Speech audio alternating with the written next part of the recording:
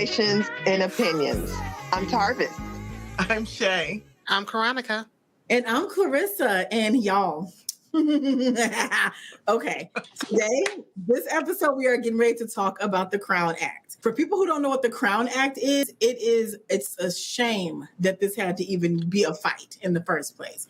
We all know, and you've heard the debate, that this bill is going to take aim at prohibiting race-based hair discrimination. For decades, Black and brown people have been penalized for wearing hairstyles, natural hairstyles, deemed as messy, unruly, and unprofessional. We've seen students humiliated and unfairly disciplined because their braided hair extensions or locks were considered a violation of the dress code. In the workplace, Black people with curly afros, braids, twists, or locks, or with no hair, are often perceived as less professional than people with straightened hair, which negatively impacts their ability to be promoted or to get raises. But the Crown Act was a bill that wanted to ban discrimination against people who wore their ethnic hairstyles, hair textures, and all that good stuff. So the Crown Act has passed officially. I think it officially passed on March 18th. According to CNN, the House on Friday passed legislation that would ban race discrimination, race-based hair discrimination in federally assisted programs. So you can no longer tell a Black woman she can't wear her afro at work. You can no longer tell a little Black girl that she can't wear her cornrows and her beads. Yeah. Our little boys that they cannot wear their locks. You can't tell anybody that they can't do anything. And right here on this call or on this video, we've got 4 completely different Black women or Black race hairstyles. We've got a wash and go here. Okay. Karonica's got the nice, got the twist. Manya, Shay with the press, the relaxer and press and go. And Tarvis with the low Caesar with the waves, okay? In the park. What? And the bold hair color. Yeah, and the bold hair color. The bow. What? Boom. Yes. Yeah. Okay. So this is such a beautiful thing. And let me just tell y'all, the vote was 235 to 189 to pass the Crown Act. That's close. Y'all, that's close. Yes. For the numbers, the numbers are 40-something apart. How close would it have been? What if the numbers were flipped where it passed the opposite way? I just want to know how are you voting against somebody wearing their own hair? Same thing. But you want to know what? I bet you some of those votes was us against. Maybe. And the reason why is because it's embarrassing, in my opinion, when people don't take pride in their hair. And sometimes when we wear it in our natural state, some people don't take care of it. So then it looks bad on everybody else. And that's what any hairstyle. What you consider take care of, because in the Rastafarian culture, you see those dudes with the 4 or 5 dreads for their whole head is just a bunch of big locks. Who are we to say that that's not taken care of? Some people it looks unkempt, but to others, that's part of their religion. I got on the Bob Marley shirt here, and right. There's nothing wrong with that. It's more of the when I say keep up, like washing, because some people, like I've seen people's hair so matted to where stuff is living in it. So I'm just really tired of white supremacy. I am tired of white privilege. I am tired of the white culture lying about our history, telling us what we can and cannot do. Enough is enough. They've held us down for so long. So to know that this number was that close, at what point is it just going to be an even playing ground for anything? Especially when you have other races where very boldly, brightly colored hair and still be considered a professional. Right. To Shay's point, I do believe that there are lots of Black people that probably voted against the Crown Act for the simple fact that, some people, it may be about hygiene, like Shay was saying, but more so, some people still feel that certain looks make you look polished and certain looks don't make you look polished. Like, or it make you act a certain way. We're in But this that has nothing to do with your education it has nothing or to do you being able to do the job. or your experience. But Exactly. I've always been told, oh, if you're going to go for a job interview, you need to wear your hair straight. I've been out of corporate America for a long time. But before, when I was interviewing, you would never catch me wearing naturally curly hair to an interview. It was unprofessional. So I knew I had to go get a flat iron, wrap it, make sure it was in a good headscarf all night the night before, because to be presented professionally, or put it in a bun. If all else fails, put it in a bun. And I think it's just a shame that we have to go through things to manipulate ourselves to please others. Right. How can you tell somebody that the hair that grows out of their scalp is inappropriate? Right. Like, how? Right. How is it inappropriate? How can you tell somebody that a style that's suited for their hair is inappropriate?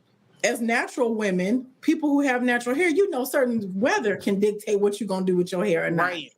If you have naturally curly hair and you flat iron that hair, you go out in the rain, you got an afro. Now we are doing something different. Right. Immediately.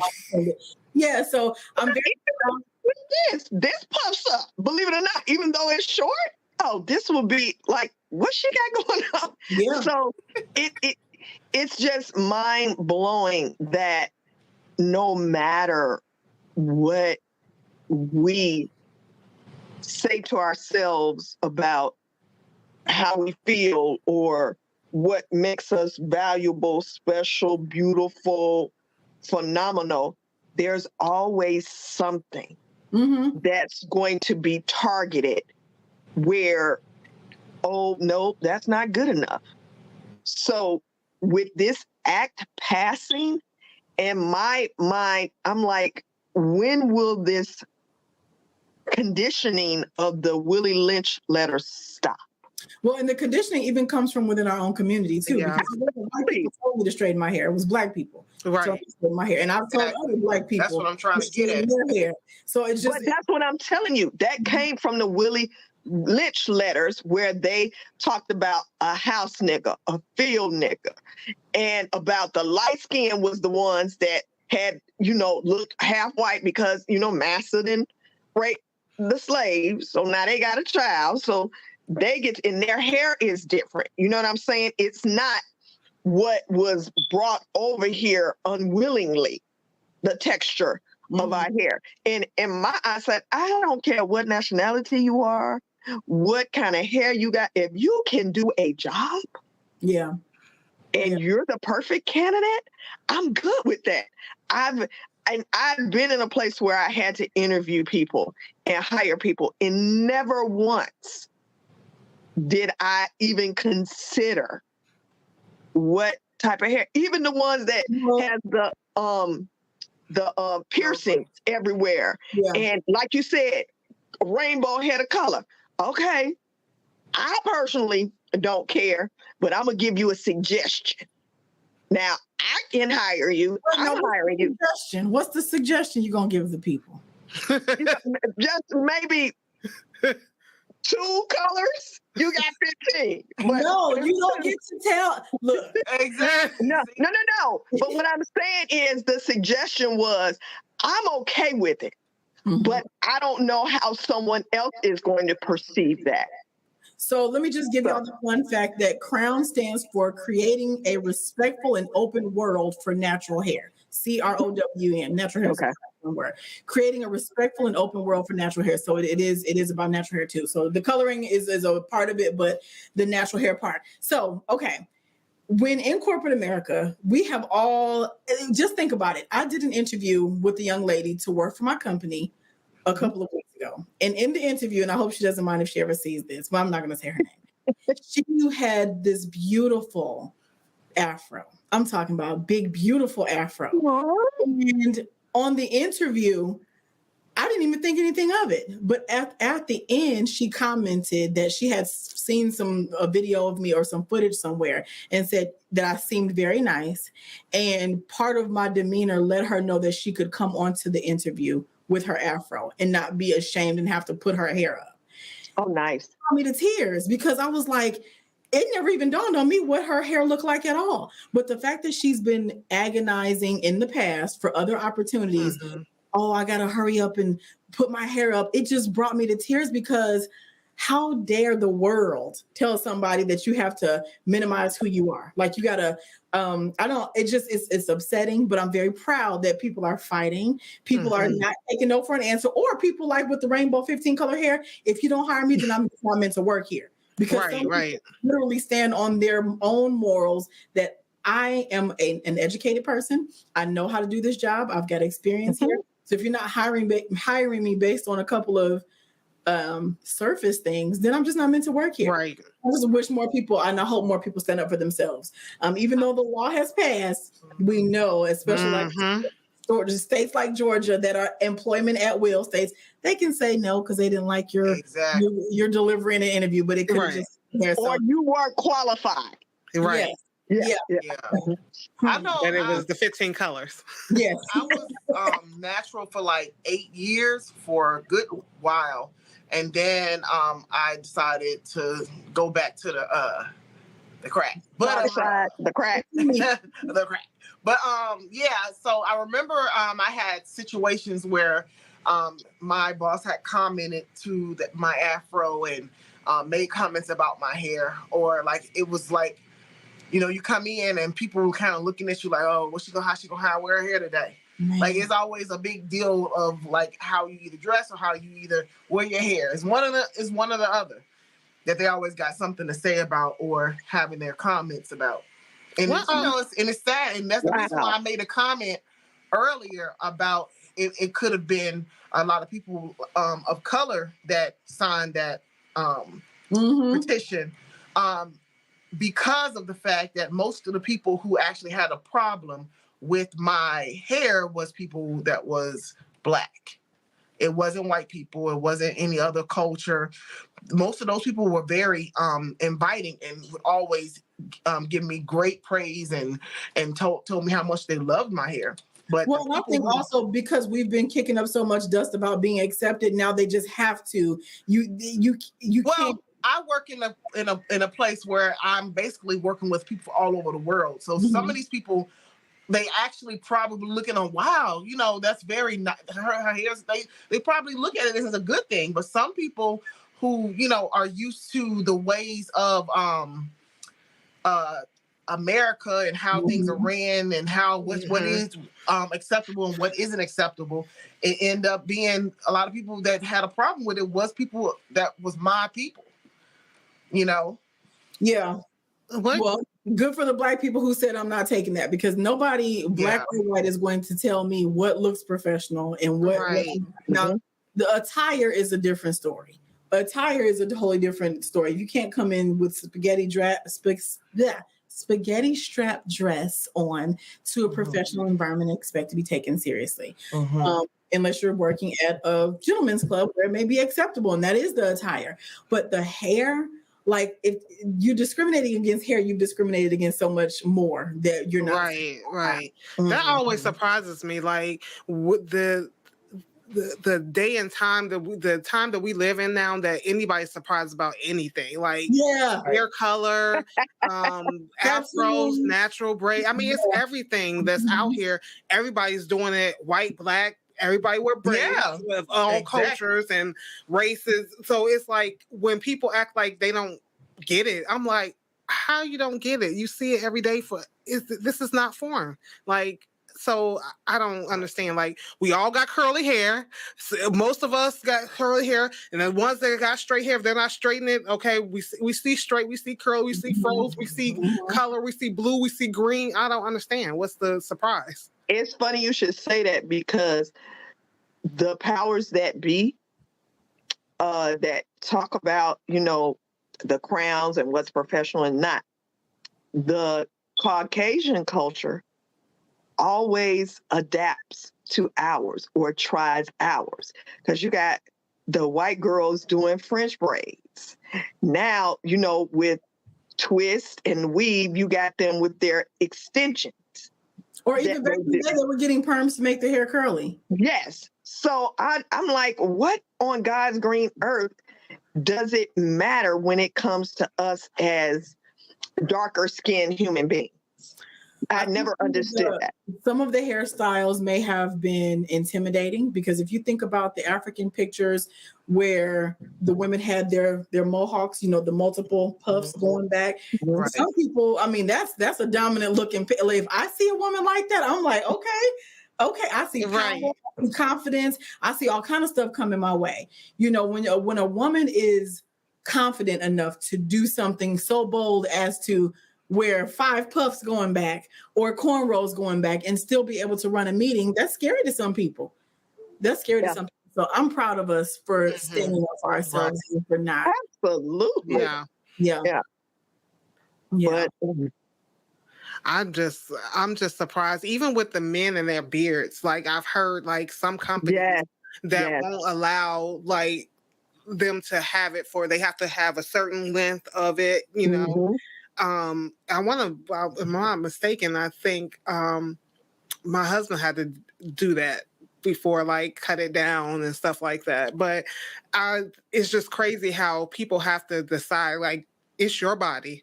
If you decide that you want to grow your beard, as long as you want to grow your beard, I feel like as long as the beard is clear, ain't nothing crawl out the beard and jumping on nobody else, then that should be your decision. That's your body. If I want to wake up tomorrow, I'm like, I want to try red. I shouldn't have to be like, oh, if I try red, is my boss gonna be like write me up, or it's gonna be a decision? I'm gonna have to dye my hair back. Do I have to make calls to see if I can dye my hair? Well, I mean, it's your hair. Like, why do I have to? It's almost like getting a haircut. You shouldn't have to call nobody to get a haircut. It's your hair. You make the decisions on what you want to do. It's your beard. It's your hair. I don't understand why it's not affecting anybody else. Why are we even having, like, it's so many other laws and things in this world that we need to be fighting. Why are we fighting hair? And color and saving time. But that just shows you where we are society. Is that a word? Society wise, with regard to what's important and what's not.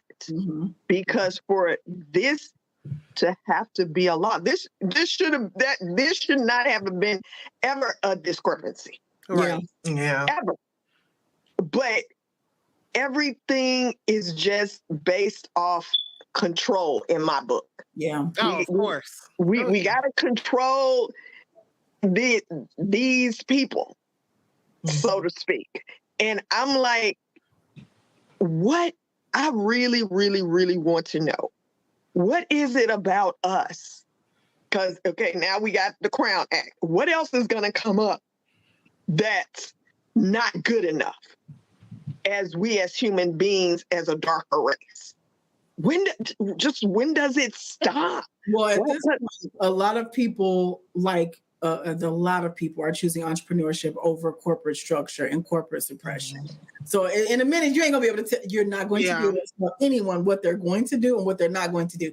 We have people in this world making millions of dollars on TikTok. Okay. Right. I can be at home in my bedroom with my pajamas on looking crazy and still make $1 million. I probably never will care what corporate America says about what I need to do. I work for a major corporation, a major religious corporation.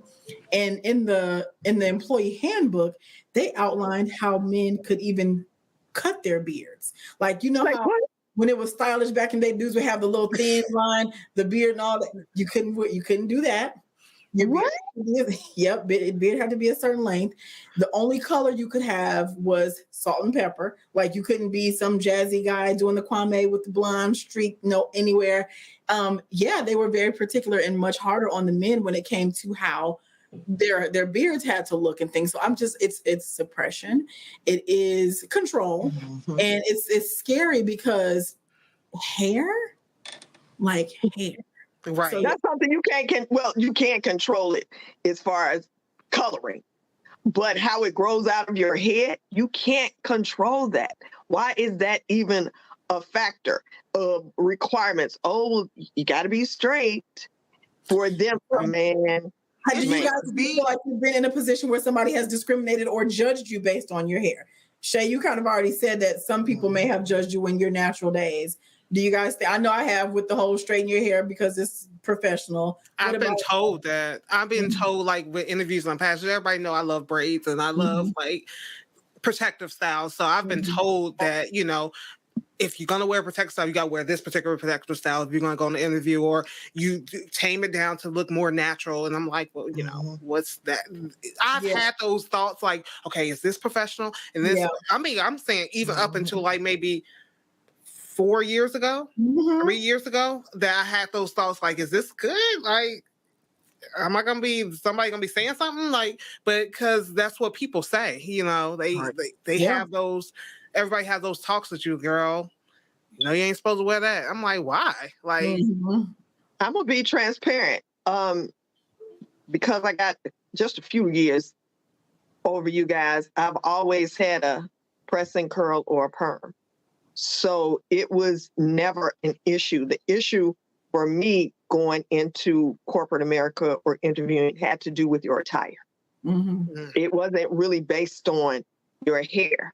But now that I'm naturally short, and this is how it grows out of my head with a little bit of product, you know what I mean? I've never, when I go on interviews, it's never a question if this is professional or not to me, because I'm always on the understanding what God has for me is for me. And if I don't get it based off a certain thing, then that wasn't for me. And there's a lesson in that I need to learn, or I'm not learning something God is trying to teach me. So with hair, that's why it just blows my mind, because never in a million years when they were talking about the Crown Act, I'm like, what? Wow. Because the basis was what you wear. You wear a suit anytime you go on an interview. I don't care what it is or what corporation. It can be a multimedia corporation. It can be a bank, whatever. But now, even with corporate America now, it's business casual. But business casual has been dumbed down to, oh, you can wear, like, Chloe, you can wear that shirt in corporate America now. You know what I mean? So that's why it's just really mind-blowing to me about this Crown Act. Because if that's the case, some people would say that your shirt is not professional. I mean, I've seen people where I work in corporate America with Beavis and Butthead on their T-shirts, walking around a corporate office. Right. But you want to question with my hair? Man, I think that's one of the reasons why it's changing, because of what you just said. I think that it has to change because people are wearing, like you said, Beavis and Butthead shirts. And corporate America is not like, I don't remember the last time in the my job where we were professional. Like we had to. It's been so long ago where you can wear whatever now to work. But before, when I first started, no, it was like maybe you get a Friday, you can do that. But for the most part, you have to come. Right. But now it's like everybody wears what you wear a T-shirt, you wear, you know, it's supposed to be professional. It's like you're not supposed to have anything inappropriate. But for the most part, you wear a T-shirt, your jeans, your tennis shoes, whatever, and you go to work. So I think that's why it's more driving to, okay, we doing this. Why people even caring about somebody's hair? Like we wearing Beavis and Butthead shirts, and you worry about my blonde hair or my fur. Right. Yeah.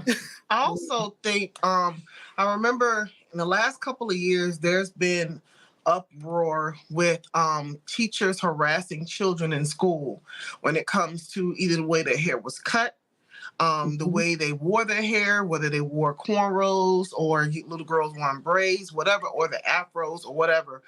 They were being harassed by their teachers. And, you know, my thing is, I think that was one of the reasons why I believe we even have this act. Because of so many situations when it came to children. Children were being harassed about their hair. And it was a hairstyle that their mama made them wear to school. You know what I'm saying? Like, not saying that they didn't want the hairstyle, but it's just the fact that these were children. It wasn't like they went to the hair salon and just, you know, decided, you know, these were children that was being sent to school, and in so many ways, these children were presentable because it wasn't like their hair was all over their head. It wasn't clean or anything. These children were going to school presentable, you know, just with their own style or the style that their mother or father picked for them.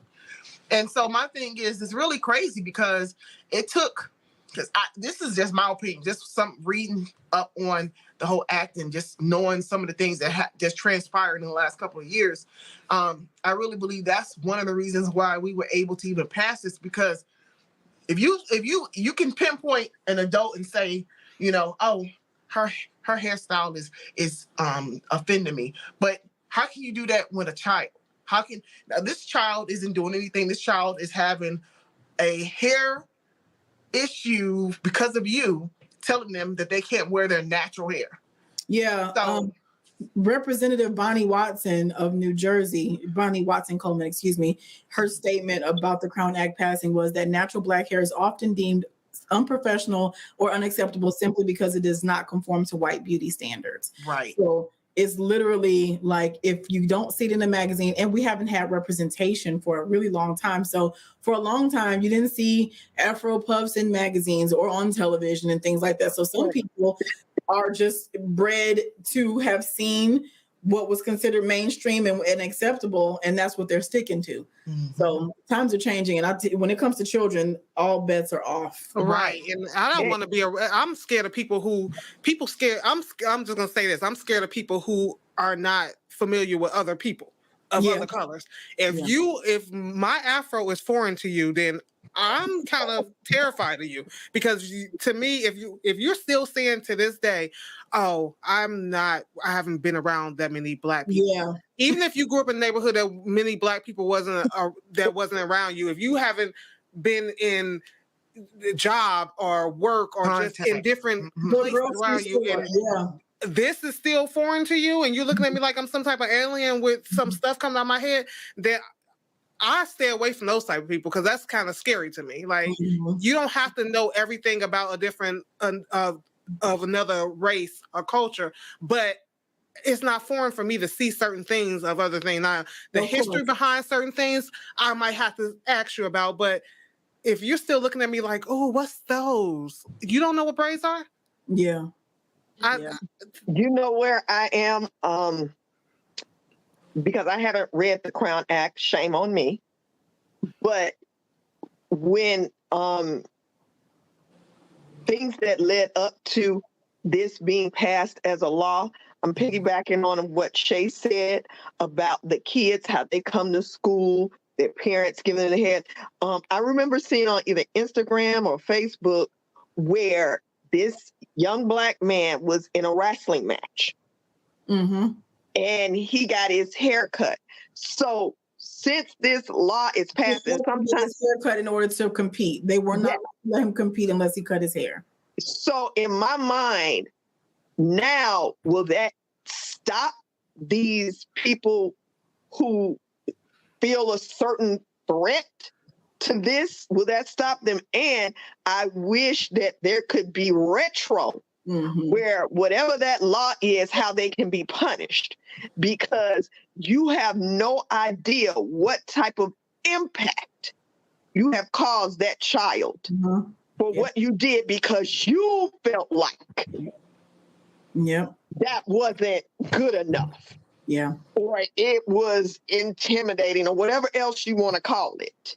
Yeah. But it's just sad. And I'm like everybody, I believe, on this call. When it comes to kids, that's a no. Now it's a whole nother ball game. Them fighting words. It's a different fight. Yeah. Oh my God, yes. Oh my God, yes. But you gotta think, we all were kids and had to do this fight, and we're adults still talking about this. And like you said, this is stuff that it's not just the other people. We have to also teach our kids that, to stand firm in what they believe in, what they like your hair, stand up, your color, like that shouldn't determine, like you said, what's for you is what's for you. But you can't let people tell you that you can't have something because you got cornrows, or you can't have something because you got braids or twists or afro or blue hair. I mean, this is something we have to teach within our communities too. Right. Yeah. For me, I'm a hair person. I love all hair. I love everything about hair. So for me, like, if someone has a problem with something because of maintenance or because of things that like you should be doing anyway, for anyone with hair or any, body, anything, you should be maintenance, and you should keep everything clean. It should be maintenance, whatever the case may be. Like if you have dreads, I believe, your dreads should be kept. Like, I mean, that's just me. I'm a hair. That's a dangerous territory, though, for you to. And I get you. I understand. I understand what you're saying. So I'm not combating like what the overall, but even to tell somebody what is considered kept, like that's still. I'm not talking about consider. I'm not saying your hair have to be like neat trimmed into the. What I'm talking about, like for me, the only reason why I can see anybody ever telling someone, because I'm just working in a college atmosphere, like in a school atmosphere, in a clinical atmosphere. Yeah. Like I understand that you have to have some type of, like I don't expect somebody to come into the job and like look like they have been sleeping out in the street for 10 years and they're not maintenance. Like the stuff is all over your hair, in your hair, and stuff like that. And that's with any culture. Like I believe you should maintenance. Now, if a person has a problem with maintenance, is one thing, but it's another thing for someone to tell me that I can't wear an afro, I can't wear braids, I can't wear dreads, I can't wear all of these things because of the hairstyle. So you're basically saying, like, for instance, Bob Marley, his hair was not what. As long as Bob Marley's hair was clean, but you're saying the clean, like just being clean. I mean, and that's with any, not just Black people. I'm talking about anybody. Like I see people come to the job, and I'm thinking like she probably should have washed her hair, but she wasn't even Black. You know what I'm saying? Like, so it's just not Black people who should be looked upon as having maintenance. Now, if that's the issue, the reason why people was looking at it, because they're thinking like, oh, that's not, no. There's a whole bunch of people of different races that wear their hair all crazy which ways.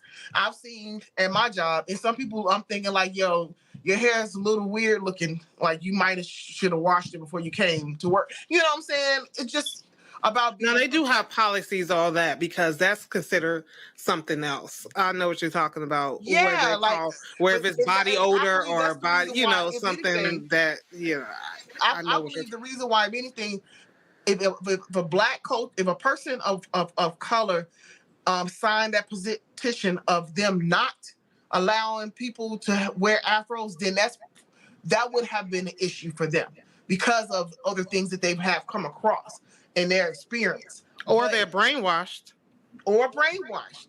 That's very true too. But I'm trying to show the other side of the fact that sometimes people go against something that is so important to within our culture because of certain things of their experiences when it came to certain situations, when it came to people in their hair and stuff like that. But not saying that I'm with that or I understand it, but at the same time, I know that's why, because I hear people talk about it all the time. Oh, I don't like that because of this, or I don't like this because of that. It seems too hard for people. A lot of people don't keep up with their maintenance of this, and so yeah, it's sad that it was so close, and I'm thinking about more of the closeness in whether they were going to go ahead with this act or not. That it's kind of sad, because I honestly believe that a lot of them was people of color. Yeah, yeah. Out of 180 people, definitely some of those people were Black. Yeah, for sure. All I must say is when you were speaking about dirt in your hair or whatever, from my understanding, and I'm just speaking on the locks, that's a religious thing, and they don't wash their hair. Yeah, they don't wash their hair regularly. So the whole point of dreading and locking, because they'll go like a month. I know that they'll sometimes go longer than a month. It is a religious thing. It's Rastafari. For some people. for some people. But even with Black people's hair, everybody don't wash their hair every day. But you can still not wash your hair every day and still have your hair maintained. We're talking about somebody who has an odor. We don't want anyone's hair of any race to not be clean because if you have a kid in elementary school, we know the effects of that. Mm-hmm. Oh, you're talking about. So, but I know what you're talking about. So with our hair, we all know that our hair is different. We can go longer without like actual wash. With, we just have different texture. Exactly. But I don't think the Crown Act is in detail of it being cleaned or anything, or am I wrong in that? It's not. It's just the arguments can go 50 different directions based on this one thing. So I understand what Shay is saying about the hygiene of the hair and stuff, especially in professions like where you're cooking food and things like that. I'm having some audio issues, so I think I was dropping out of part of the conversation. But I just think that if anytime somebody else is paying or not paying too much attention to, but focused on somebody else's anything, it becomes a problem. Because I know in school when some of the, and I don't know what race it is. I know that he was from the Middle East and he wore his hair wrapped up and he never showed his hair. For years, they made fun of him, and also take that off. We're in gym class. You can't have anything on your hair in gym. Or, you can't wear that. And it's like, if it's part of somebody's religion, I don't care what the rules are. Right. It's their religion. So you can't tell somebody what they're going to do. Like when this conversation could have 50 forks. Yeah. Right. But that goes back into not having respect for each other. Because if you have respect for each other, you respect the fact that I shouldn't have to say anything, but I'm wearing this based off religion, and we move on. But when you don't respect, okay, well, that's not my religion. I don't understand your religion, so take it off. You know what I mean? That's when you have the fight. And that's when the school should step in and the community should step in and start learning about each other. Because my thing is, that's the problem. Like we have kids up in this school and it's kids from all over, and we know nothing about each other because this particular group understands this particular group understands this, but nobody has merged together to say, hey, let me show you what I believe. Let me show you what I believe. Let's share some things of understanding. Like, that's the problem. Nobody wants to know. Education is a huge part of all this. There was a clip that went viral on social media, a little girl, little Muslim girl playing soccer. And during a play, her headdress came off. And the other team members crowded around her to hide her hair while she fixed it. Really? Education, and we know why they don't show their hair. So it was it gives you the chills to watch it because her thing fell off and you could see her trying to hide her hair, and all the other girls from her team and other girls from the other team shielded her so her hair couldn't be seen. If you educate yourself, beautiful. That is beautiful. You know what I'm saying? You educate yourself and you understand people better. Their hair, their practices, their clothing shouldn't offend you or scare you at all. It's just what they do. When you see people with a dashiki on, it's not always about Black power. You don't need to raise the Black power fist. You don't need to do that. Just what we do from the part of the world I'm from. So education is a huge. It is. Yeah, we're definitely lacking that because I think we live in a society that we're scared to. If I don't believe what you believe and we don't believe that, I don't want to have nothing to do with you. And like you said, educating them, those people were able to have a beautiful moment where they're shielding this girl. I may not be what her religion is, but I understand how important her religion is to her and what this means for her. So I'm going to protect her. And it should be the same for each person. We don't have to believe the same things. Exactly. We don't have to agree on the same things, but we should respect each other's beliefs and understings and protect adjective with should. Big word, should. Yes. But and then I think, it sounds so easy, but we all know it's not. I know even for me, just growing up, it's easy. I can honestly say it's easily said than done because when you grow up in a certain way, you are, and I'm not the only one, but you are, you think your way is the right way and the only way, and sometimes that reflects on how you are towards other people who are not like you. So it's just self-reflecting. Like, you just gotta kind of look back at yourself and use that word where we all say, treat people how you want to be treated. It's simple, but we just say it, but it's really what you should be doing. And it goes back to, again, we gotta have the conversations, because guess what? Everybody has an opinion. Y'all see how I did that? Everybody has an opinion, but you need to have a conversation.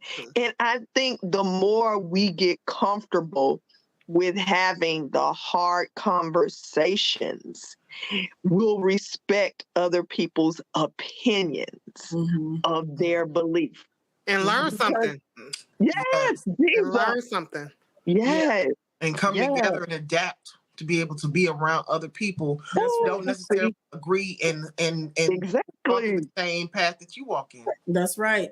And as we close out, I just want to give a disclaimer that none of us are experts on every culture. So even the tidbits that we here today, we don't know everything about all the different cultures that we mentioned. But as we all have stated, education is a really big part of understanding. And I'm proud of all of us for being people who pick up a book and read when we don't understand something. Instead of automatically judging it. So we are all grateful that the Crown Act has passed. We are so grateful that now we can have a little bit of swag on us and just wear our baby hair and wear the afro like we said we're gonna wear. Baby hair. Okay. That's a whole other conversation. The curly baby hairs. Exactly. So whole culture. So conversations and opinions, y'all. I'm so glad that we're tackling subjects of substance when we are in our free time and can smile and bring more information to the people around us. So don't forget to like, comment, and subscribe. And we will see you in the next one. And remember to always have a conversation, because everybody has an opinion. Bye.